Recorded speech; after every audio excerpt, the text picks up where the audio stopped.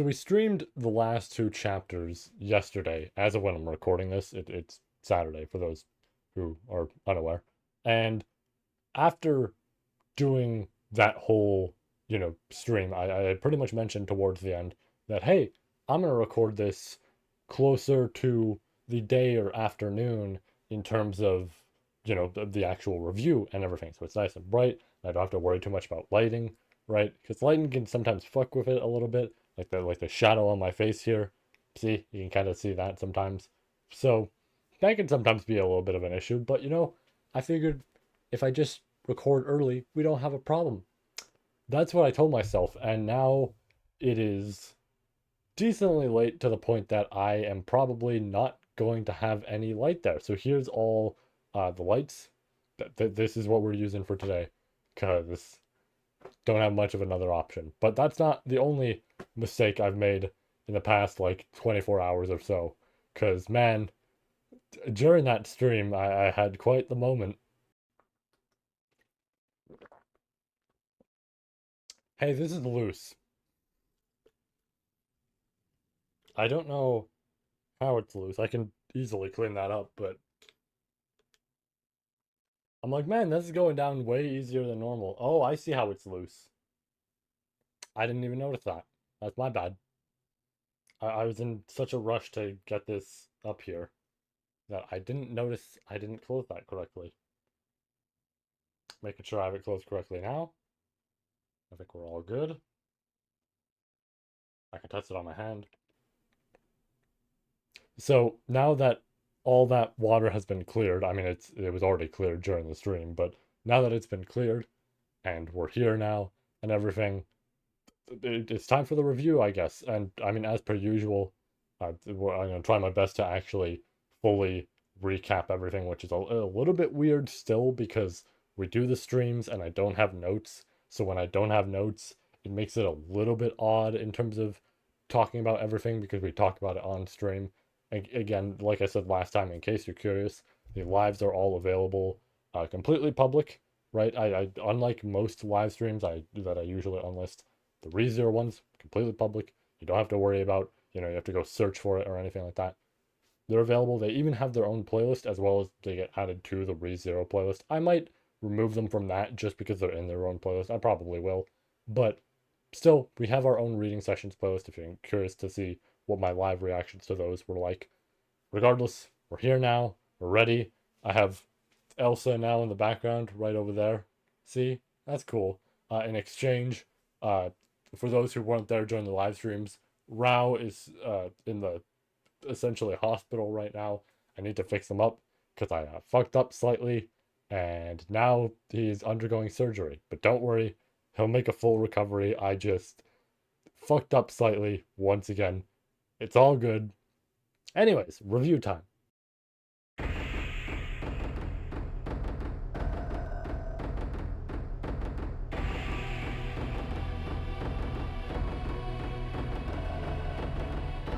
So, I want to preface this whole thing by saying, holy fuck, right?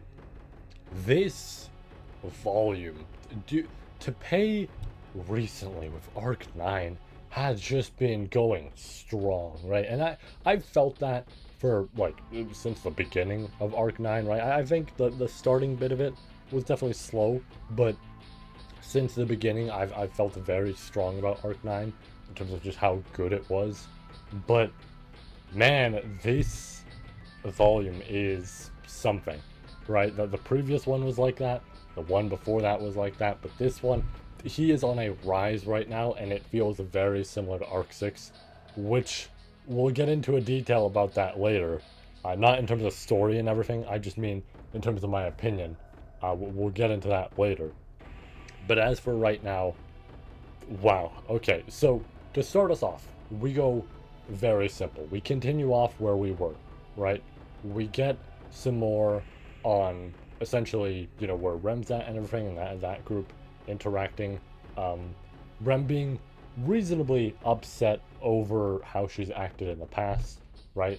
And how much Tsuru has like done for her that she couldn't properly thank him for, which you know, we understand why she was kind of skeptical at first, right? We can understand that, and we can understand that also Subaru took some actions that weren't exactly always perfect, but, you know, it is kind of fair in a sense. He's a flawed character to begin with, so it's understandable that, you know, regardless of that fact, she's still going to be upset because, yeah, at the end of the day, she still very much cares about him, despite those flaws he occasionally has. And of course, friends to break her fingers.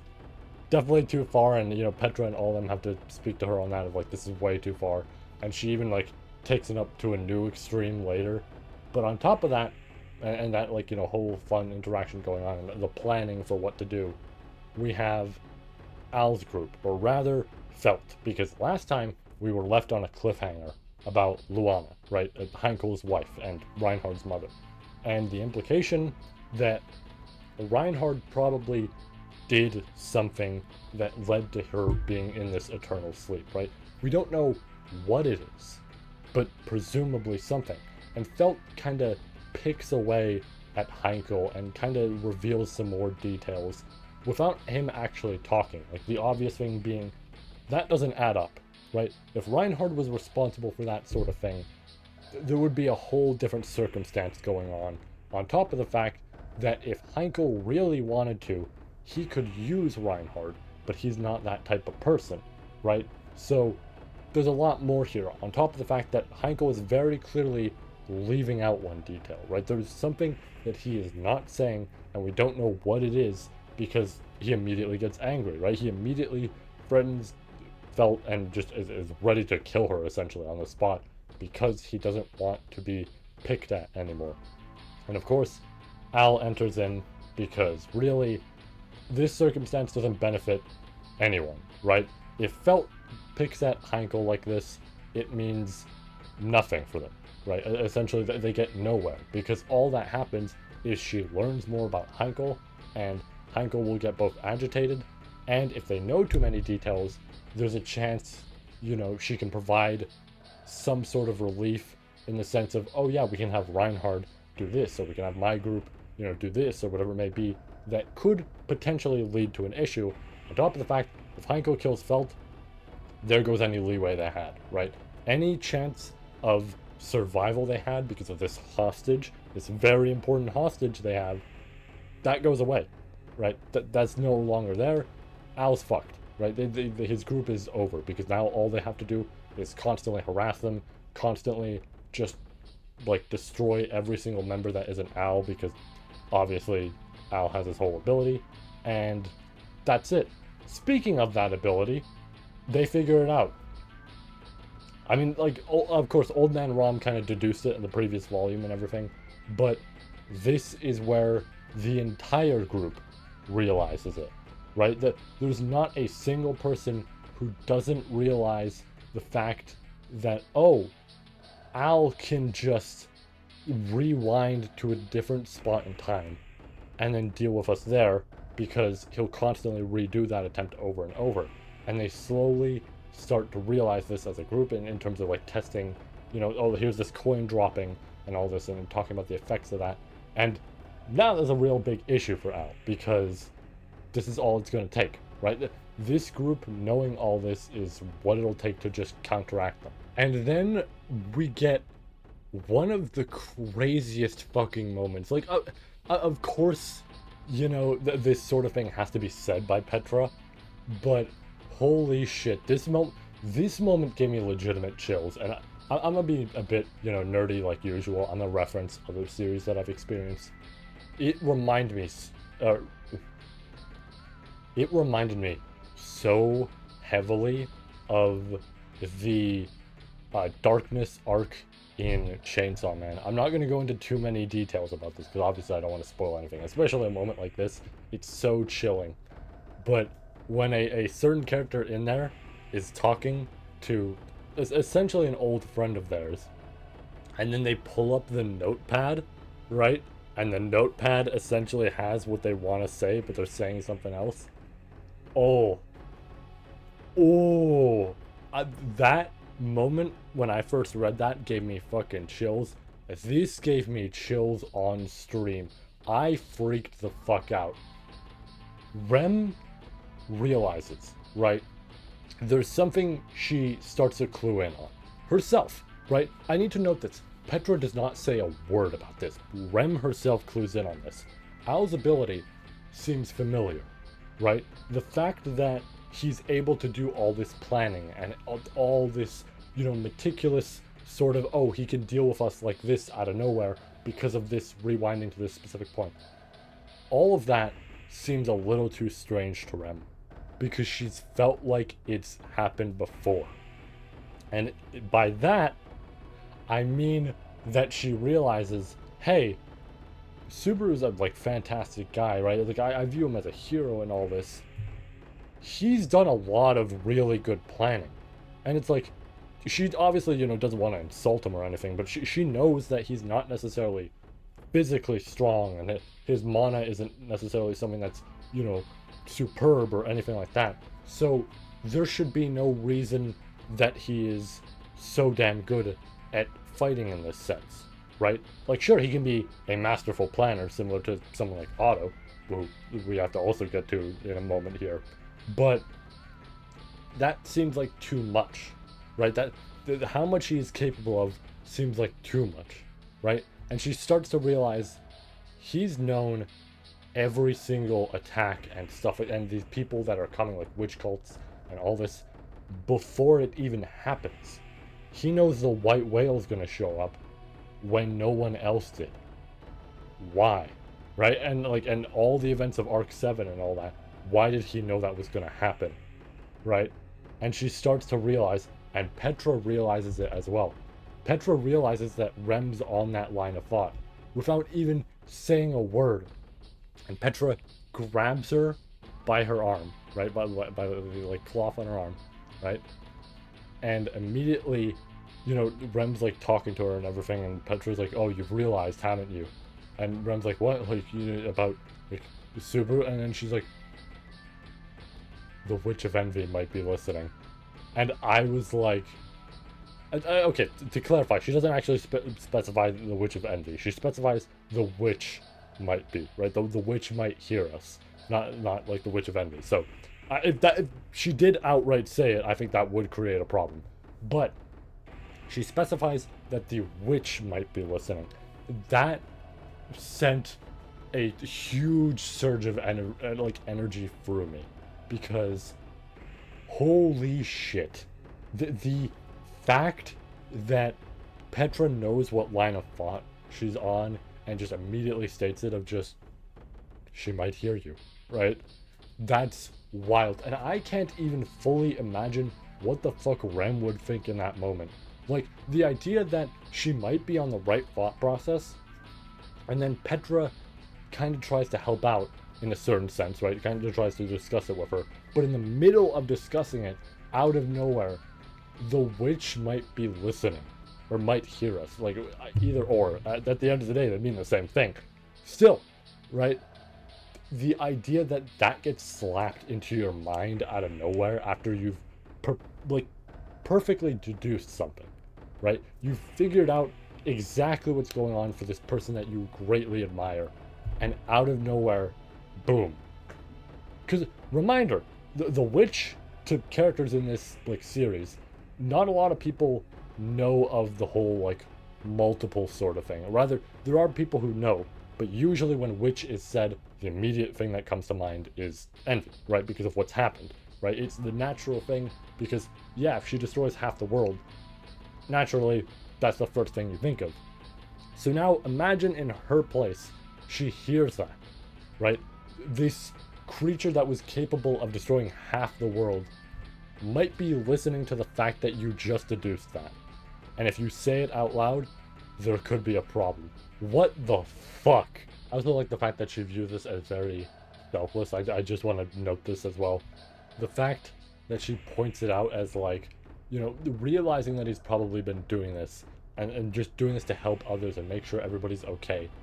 He's been going this far and taking that pain just for everybody, right? So they can all survive. In a certain sense, it feels kind of painful and also kind of nice. Just the fact that she now knows, but even then she can't really thank him for it because we don't know what really would happen, right? It hurts a bit, but it's nice to see her think of him in that sort of way of just she's willing to go that far for all of them. Now we always do know that not all of these have been perfect in a certain sense, right? I mean, the second trial, for example, as much as we don't know whether these timelines really do continue or not, it does kind of show this light of, hey, you do also maybe want to think of others, right? Don't just focus on the fact that you can use this just so that, you know, oh, you're happy and all that, or whatever it may be, right? Make sure that you're happy in the sense that, you know, others are happy to be with you and all this, and you can care for them, they can care for you, you know, love others, all this sort of stuff. Like this back and forth between people rather than just focusing on the best outcome, right? We've seen scenarios in terms of if stories for things that could be considered like, you know, the best outcome, quote unquote. But I do like that aspect with those trials and everything, where that's kind of made a integral point of it in a certain sense. But in comparison, it's interesting to see the perspective of a character who doesn't necessarily know that, like, all this stuff that's been discussed with him and everything. And in a certain way, she might not even view it as that if she were to learn, but it's just the difference in perspective, right? To her, it's Subaru absolutely going out of his way to save everybody he can, and that is what he is doing. But when he's putting himself on the line for that sort of thing, it can be a bit rough, right?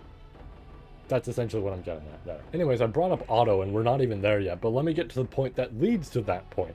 Al.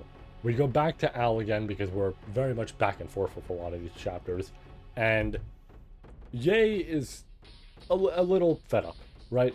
Not really fed up in a proper sense, but just there's been a lot going on, and they've been harassed the whole time by Otto. Not to mention all this shit's been happening with Heinkel and everything. It's just not been great. So, to remedy this, the immediate solution that Ye thinks of is to kindly point out to Al that Priscilla's gone, right? He's focused on this mindset as if she were still here, even though he's enacting this plan. And it's focused entirely on the fact that there's 0 casualties, right? Never leaning towards, oh, maybe we should at least generally kind of injure people to a certain extent that they are no longer allowed to fight, right? Anything like that. He is just entirely focused on, no, we take care of the situation, we keep going, we get to where we need to go, that's it. And Ye kind of points it out to him in the sense that, hey, we're getting harassed by this guy. Let's just say we tweak that rule a little bit. We don't necessarily have to kill. It's just if we lean towards something a little bit more lethal, maybe, just maybe, this can all end and we can keep going. And Al finally, you know, bends a knee. He finally accepts it. To Al, the easiest way to get rid of Otto as a playing card without actually essentially killing him, right? Because he still doesn't want to resort to that immediately. It's just, let's find a way around that. It's Roy. If we use Roy and we gobble up Otto's name, Otto won't remember who the fuck he is. He'll be out of play for a while that's, you know, going down. And that's it, right? That's all we have to worry about. Gone. There it goes, right? And immediately, that's the action they take. Roy eats him up, boom, there we go. Now, Otto is technically temporarily out of play, and by the time he wakes up, he won't remember shit. So that works out really well. And Rem gets teleported over there. I did also miss out on a little bit of a few details there, I'm now realizing. One being the fact that Roswell's actually with the group and everything, and he's decided to help out. Despite the situation, even though this would be considered the whole sort of what he mentioned to Subaru about if anything goes wrong, right, I will kill everybody, right? There's some things that have made him decide otherwise, especially, you know, what Klein's had to say about the whole situation. And on top of that, Al found out Otto's location because of actually changing that killing rule slightly. He's not going to outright try to kill people. However, in order to find where Otto was, he did use Volcanica, right? His self inside Volcanica. And using that, he essentially changed the direction of its breath to each and every different point before reversing the time via his territory, or rather, killing himself and then using the territory. And that does lead to a fair bit of death, because every time that breath is shot, anything that's in that direction is dead. That's it. So, technically speaking, he did change that rule, and it's also still in play because he's not focused on killing people. It just means, for the sake of reaching the point that he's trying to reach, there is going to be some death. Just some. So it turns out, because of the whole situation with Otto, even though he went down, there was some emergency plans put in play prior. And that plan was Zota bugs. We've seen them this whole time. They've been relevant since the previous volume, and we get to see them again here. Their appearance essentially is an alert to the group, an alert that they immediately need to get to the battlefield right now. And that's exactly what happens. That's why Rem shows up there, and not only her, the whole group. And I'm just going to say the battles ahead of time because I think this just saves us time in general. Essentially, how these all go down is Rem kind of striking Al towards the air, but Ye's holding on, so the two of them are in the air. Amelia jumps up to essentially help out, so it's Rem and Amelia versus Al and Ye. Then we have, this is going to be a complicated one to actually list out. It is Petra, Belt's Camp, and a few others like Ram and Melee, and I trying to remember if there was any others. I mean, there's a few that I'll mention when we get there, but rather, just for now, I'm going to mention those because those are the relevant ones for here. It's that whole group versus Roy. Makes sense, naturally, considering he's a Sen Archbishop, but this really is where I have to show just how relevant he is as a character, right? And then Heinkel also is fighting people. He's fighting Grassus and Flam, and I think he was also fighting the pig dude later on. It's kind of a very short-lived fight, if I'm being real, but we'll get to that. And then finally, Klein and Roswell fighting Volcanica, or Alcanica, whatever name we want to go with. Now, there's a great deal of stuff to go through, so forgive me if I fail to essentially state a detail or two. I just want to mention the stuff that really sticks out to me in terms of this volume, and that's really damn interesting. First up, we have Klein, right?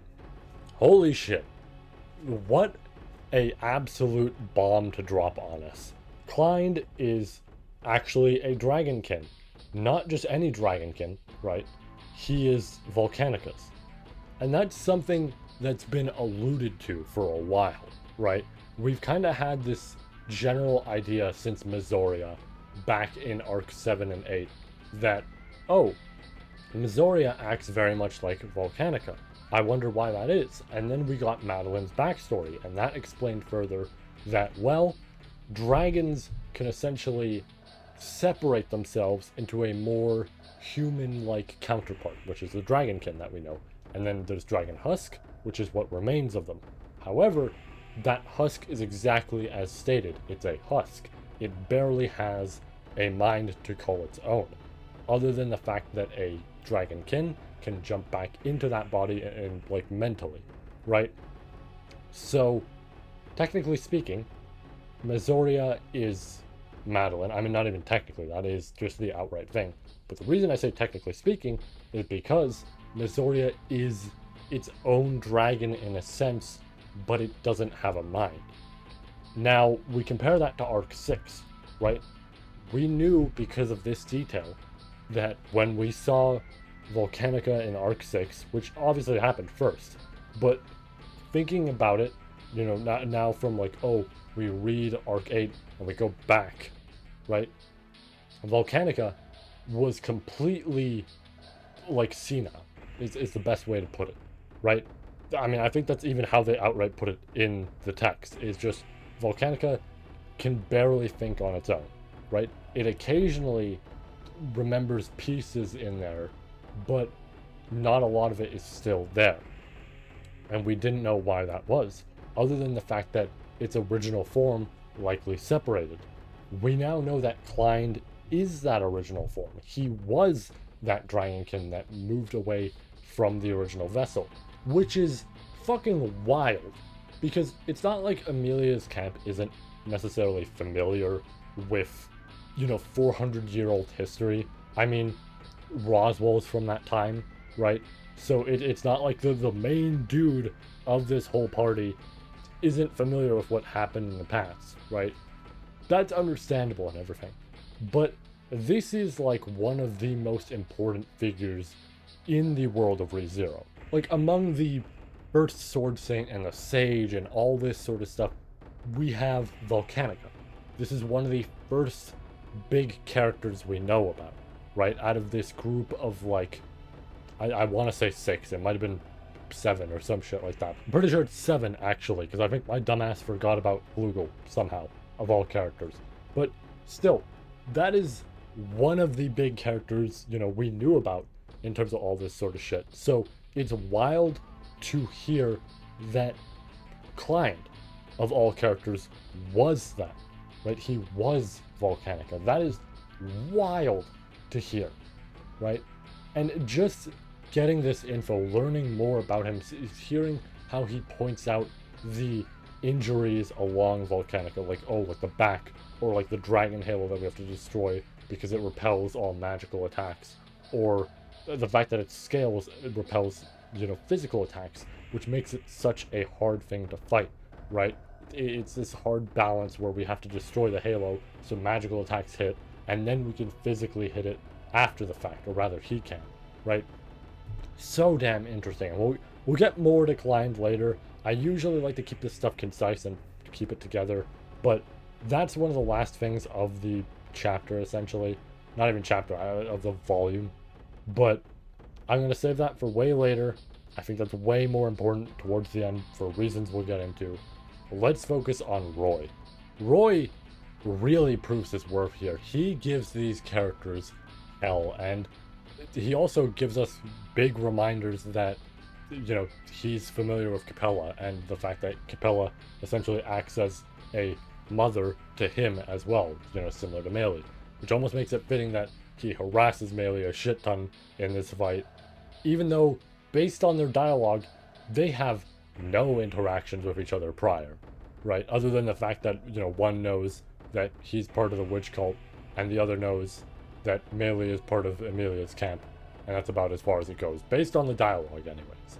But, regardless of that, it does also spread some interesting light on him towards his relationship with Capella, in a similar sense to what we know with the previous 2 characters who were associated with her, well, I mean, not even previous 2, we just brought up Melee, but you know what I mean, of the fact that he's not really fond of Capella, right? She acts as a mother, but ultimately, Capella is Capella. None of these characters actually want to be associated with her because she's that shit of a person, right? She is that horrible that people don't like being alongside her, right? But at the end of the day, they are still employed under her in a certain sense. Regardless of that, though, this fight continues. Roy is pulling out all the stops and introducing abilities that we haven't even seen before, memories that we didn't know he had, and he is going nuts. Heinkel, not so much. He's also here. He's getting his shit stomped. Then he essentially slams both of the little girls to the ground, right? Grassus and Flam, and then gets his shit rocked again shortly after. Roy kind of tries to, tease him a bit and try to push him towards actually fighting, which leads to that slam. Past that point, though, not a whole lot happens for him, and the fight just kind of continues as is, where Roy is just getting stomped by everybody in a certain sense and getting countered at every corner, until he pulls out the biggest trump card of all. Now, you might have realized that I didn't finish the belt moment from earlier. That's because it finishes now. Because it's now revealed that Gluttony, Roy, ate Belt's memories. I know I said name earlier when it came to Otto, my brain kind of left for a moment there, and I realized now that I brought up name with Otto for some reason. That was a little embarrassing, but that's all right. Regardless, I meant memories for Otto, and I mean memories here as well. Felt's memories were in. That's it. Felt's no longer here anymore.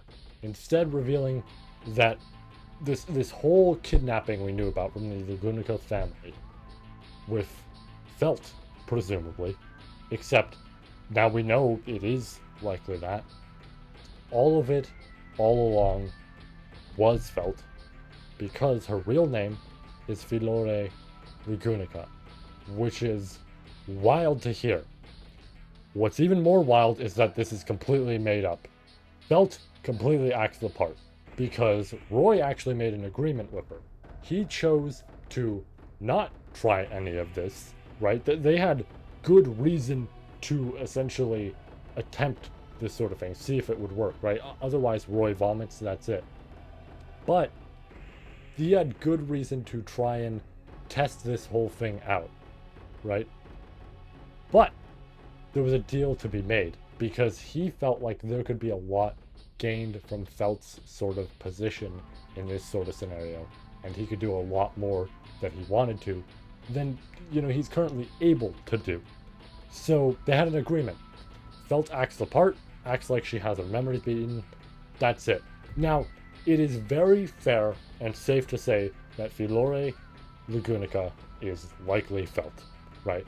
Just based on characteristics and the fact that her name is Felt to presumably avoid this illness that everybody suffered from, likely Claustrum Capella, but we won't go there yet. We won't go to theories yet. I'm just saying.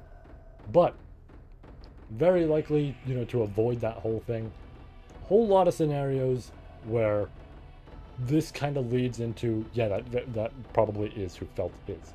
But something to note about it is that we don't know for a fact, right? Even though this is very likely, it's not a fact, because it never necessarily happens. This is also the only scenario where Roy's whole, bargaining could work, really, because I've actually didn't mention it earlier, but Roy does try to eat a few more names and memories in there, but it doesn't actually work all too well, because currently, Klein does not have the witch factor of Touristia right now.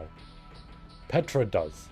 And Petra is teleporting people all over the fucking place, or essentially compressing them, as, they word it, to the point that Roy can't do shit. This is the one character, though, that he could potentially, considering they have her on their side. On top of that, she's been sealed away the whole time. She's been in a little black ball, similar to what, Subaru and Beatrice were in. So, now Heinkel pulls her out of nowhere in the midst of this fight, breaks her open, right? And she's now a hostage again. She's being held hostage once again. Old man Rom, sees her, confirms it, right? He outright says the name, so it's confirmed that she is Filore Lagunica, right? Remember when I said that was a possibility? I lied. I was keeping it to that moment specifically. It's not a possibility. It is outright just confirmed by Old Man Rom. And with that, all hell breaks loose, because this whole plan of Roy, this whole means to do what he wants, was to unleash the third Great Witch Beast, the Black Serpent. The Black Serpent is now on the battlefield, and this becomes hell for Petra, because, yeah, sure, she can plan in an instant thanks to compressing and all that sort of stuff, but this is a tough fight to essentially go through. They're dealing with Roy, they're dealing with the Black Serpent, and while it all goes well, it is pretty damn scary. At one point, Heinkel gets swallowed up, except, shockingly, he's alive, and also, Garf is here, and on top of that, Otto is here as well, revealing that Roy just got bested. That's it, right? Because even though he doesn't have his memories, he still has his divine protection. Because even though he doesn't have his memories, he still has his divine protection. So he can still talk to animals and all these other, creatures like the dragons and all that. So nothing really changes. On top of the fact that Garf shows up to help him out, at the end of the day, all Roy did was remove his memories, but he didn't do much else, right? He couldn't do anything else about what Otto was going to do. And Felt now has the Star Staff, shoots it right at Roy. This fight is presumably over. We don't get anything further on this, just that's presumably it. Now let's hop over to Al, just shortly, because honestly not that much happens in regards to this fight, but I think it's interesting to note some things.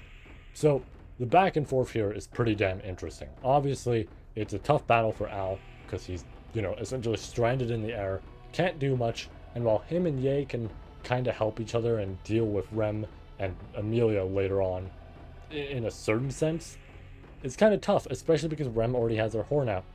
But we also get some interesting info as to ice magic, or not really ice magic, but the creation of it. Because as we know with ReZero, there are two ways you can create ice. One via fire, right? Because fire in ReZero is inherently temperature control.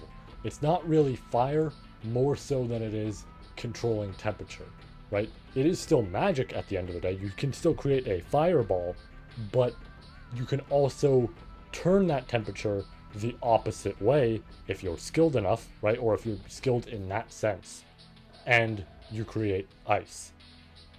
Also, if you are good at water magic, who she, is good at, then you can also create ice.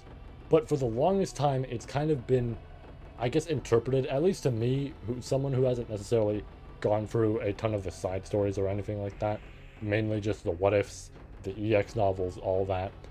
For me, that's always just been interpreted as, okay, there's two ways to make it. I've never considered that there was actually different properties to these.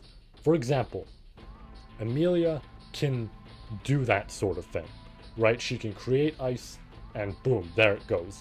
But there's different sort of tactics for it, such as the fact that once it's used, it's kind of just stuck, right? That's it. Like we see it in Arc 5 when they're fighting Sirius, right? When they're fighting Sirius, we see her shoot that massive, like, block of ice, essentially. I mean, it's spiky, so it's hard to call it a block, but you know what I mean. And it kind of just stays there the whole time until Sirius herself breaks it. However, if water magic is used in that regard, it doesn't necessarily stay. It temporarily hits, goes. That's it, right? Turns back into water. We actually have seen that before. The third arc of the series in episode 15, right? The big episode itself featuring Rem. You can actually see in that episode that she breaks the chains, and then as soon as that ice dissipates, it goes right into water. It's really fucking interesting. On top of the fact that the actual power of it and how it's formed, right?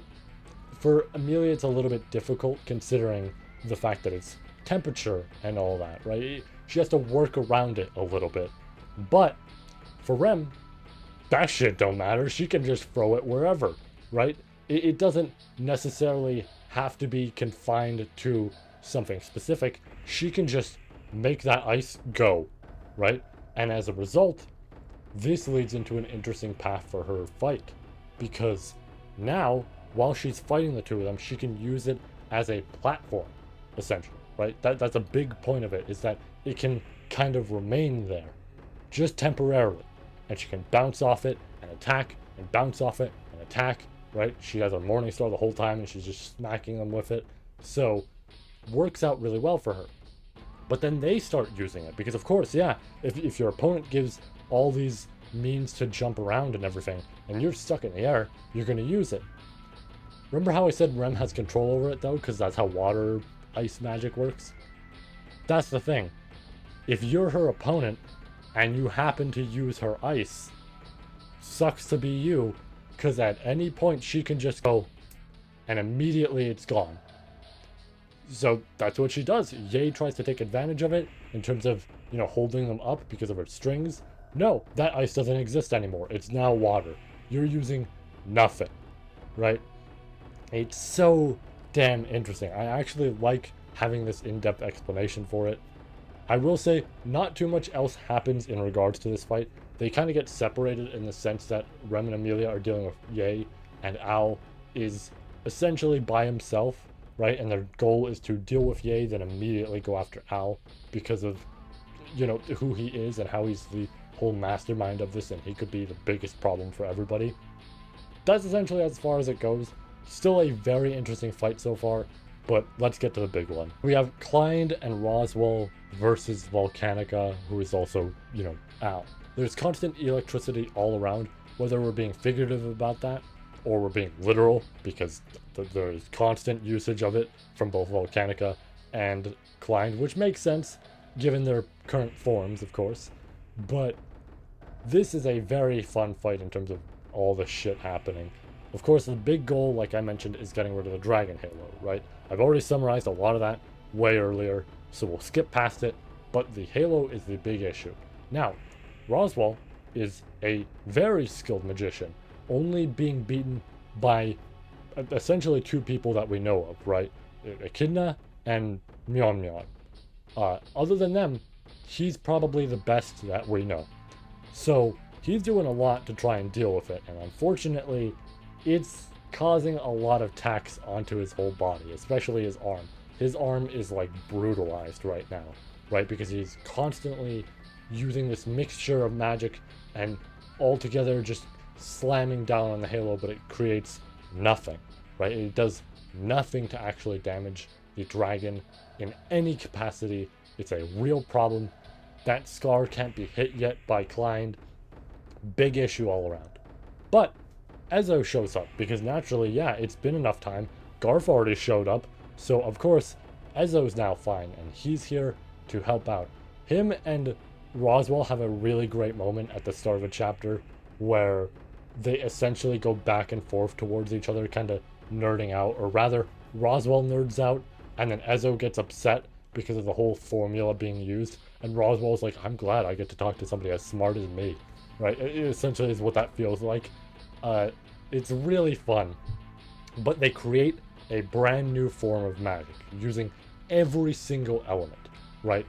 Roswell is skilled at a lot, but the problem is he's not skilled at everything, because the obvious thing is, you know, we have yin and yang magic. While he is familiar with one, he's not too great with the other.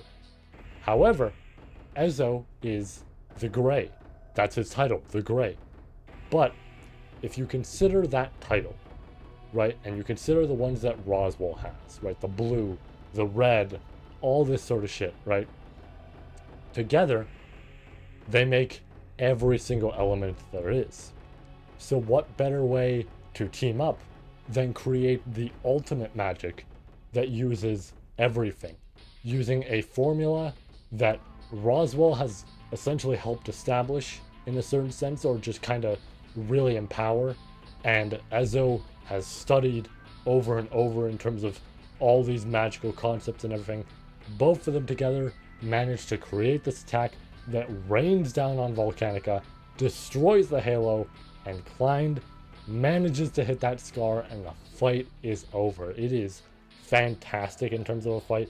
I know I'm really narrowing it down because ultimately it's actually like 2 or 3 chapters long, but wow, it is really damn fun, and I actually like it a lot, right? We actually even get to have, in the light novel version, because I was provided with some details regarding it, which I'm very thankful for, but I was provided with the details of, and unfortunately, I can't actually show, because if I did, we might have a problem with Kadokawa, so we're going to avoid that. But I'm going to talk about the details.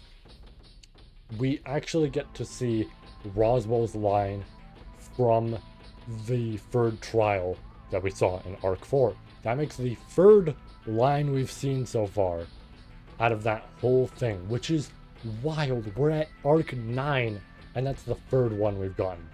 It's been so damn long since that arc, essentially. It's been 5 arcs since then, and we finally get the third one. I know, technically speaking, you could argue, well, if we got the previous 2, you know, prior, that works out, right? We got Julius's before, we got Priscilla's before. I guess you could argue it does work out in that sense, right, in terms of time and everything. But there's a lot of lines there. It's just, it feels crazy to only get the third one now. Speaking of crazy shit, Volcanica did one more thing before it was done, it shot its breath essentially towards the air. And at one point, the chapter brings that up, but mentions that it's not necessarily aiming at either Klein or the magicians on the ground. Originally, you don't see what happens in regards to that. Those light novel details tell you, because it hits the geyser. And I'm gonna do another nerd out sort of thing. It does create a massive, as listed, geyser towards the sky, like it's a fucking dark fountain from Deltarune. Like out of nowhere, massive fucking just pillar of light appears, which I guess in Deltarune's case would be the opposite, but you know what I mean. Interestingly though, I'd like to talk about that geyser because there is no details other than the fact that it appeared. I have a theory that was obviously founded from some I have a theory that was obviously founded from some of the comments during the actual live stream that essentially ended this whole thing. But I have a theory in regards to all of this. Because I made the Deltarune joke. But here's the thing. Obviously, neither of these stories are inspired by each other or took from each other or whatever it may be. But I think coincidentally, they are both very similar. I think that geyser is to Earth. Here's the thing about this whole issue in regards to it. First off, it would make sense given that why is this geyser such a big deal, right? What about it is so important, right? Obviously, we know it's probably pretty damn relevant, but we don't know why, right? I mean, hell, it might be hard to see considering the lighting. It's right fucking there in the cover. That's it in the background. That wasn't... We didn't even have the actual light novel prior to when this cover was shown. This cover was a spoiler to people who didn't even get to see shit. It's wild. But in regards to that geyser, let me talk a little bit more about it, because this is a very relevant detail. The fact that they did this cover is insanely relevant, and I need to speak on why. I think this is a geyser to Earth, not only because of some of the comments I received during the live stream, but also just because of what I'm going to state here. I immediately saw people comparing this cover to Volume 1, the very first volume in the series. And it is absurdly correct. Volume 1 features Emilia in a very similar pose, and the geyser is in the background. You know what else happens in Volume 1? The story begins. Tsuru gets there. But here's an interesting thing to note. When Tsuru gets there, why? Why does he get there? No one knows that, right? We've always heard about the waterfall, right? And how the waterfall is what brings people over. But that doesn't make sense. He didn't come via a waterfall. He just randomly spawned in. Presumably because of Sedella, is what we first thought. But that can't be the case, right? I mean, sure, it could be technically. She could have dragged him over, but why? Surely there was something else that could have. Potentially the geyser. Let's go a little bit more into that. Al's goal is essentially getting rid of Tsuru. There's a few problems with that goal. One, he can't kill Tsuru. If he kills Tsuru, that plays right into Subaru's cards, right? What he's capable of. Because Tsuru dies, time rewinds. As simple as that, right? He understands that. He knows that, very likely. But he played around it by sealing him. So what's the goal then? How do you get rid of Tsuru in that case? Well, there's a geyser. And if that geyser goes to Earth, who gives a shit if Beatrice is also an orb? If he just gets Tsuru over there via the geyser or whatever it may be, that'll do it. He'll be out of everybody's hair, and no more Tsuru. That's it. He's gone from the world. That takes care of him. That geyser very well might lead to Earth.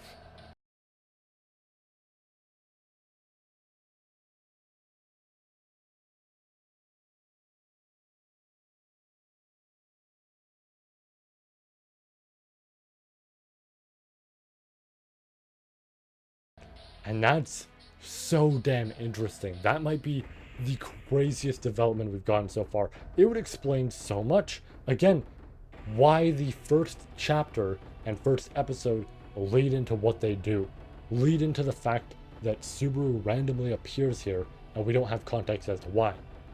This would explain it. Because yeah, this would just send him over, right? He doesn't have to be there. He doesn't have to be where the geyser is. If it just works, if he can actually have that geyser bring him in, then yeah, of course he ends up in a random street in Lagunica. Of course that happens.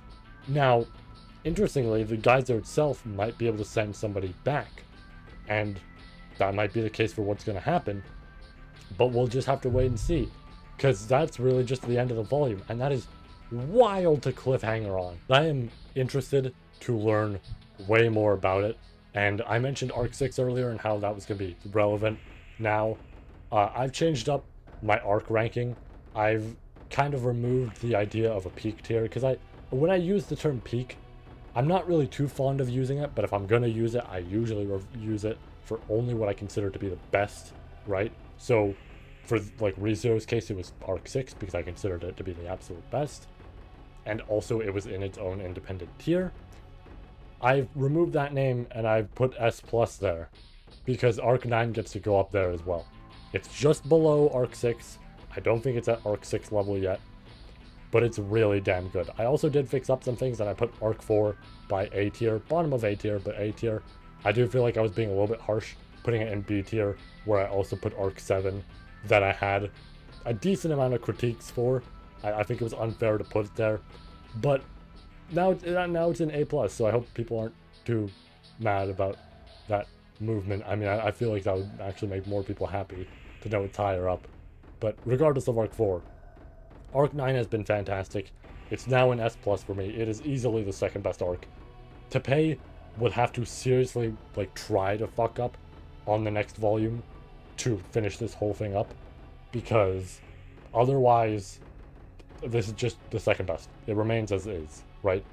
I think the final phase, which obviously very likely is going to be the next volume, this is going to be very interesting in terms of developments and everything.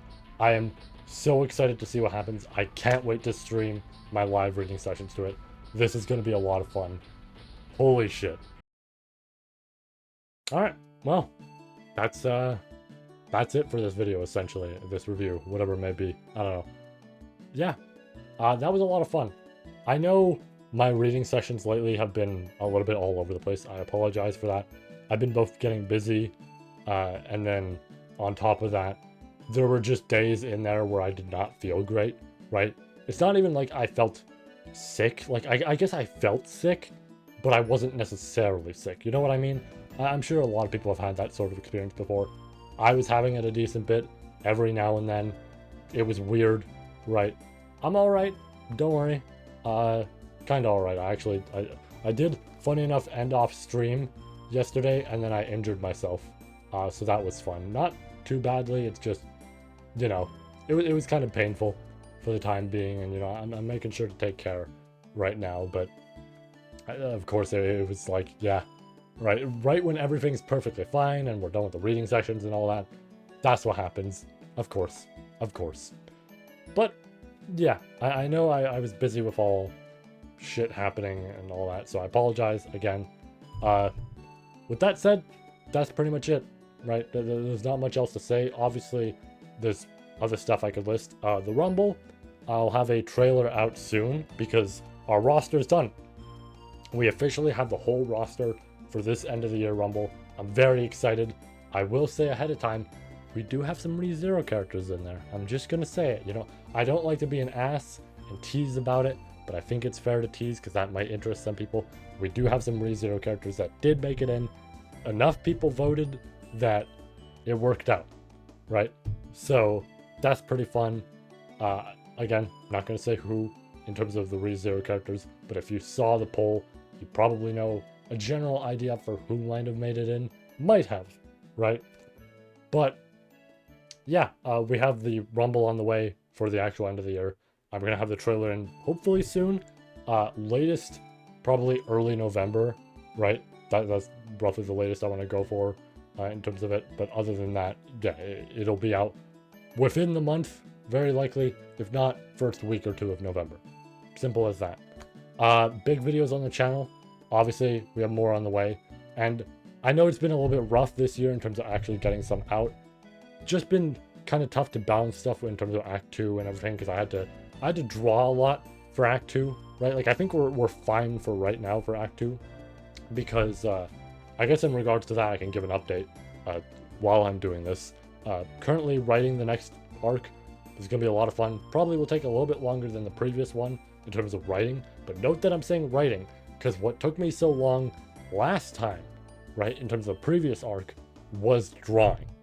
I have to draw way less now, right? Because we're done with the teasers, the cover is made. I am going to make some tweaks to the cover. I revealed it on the live streams, but I'm going to reveal it here as well.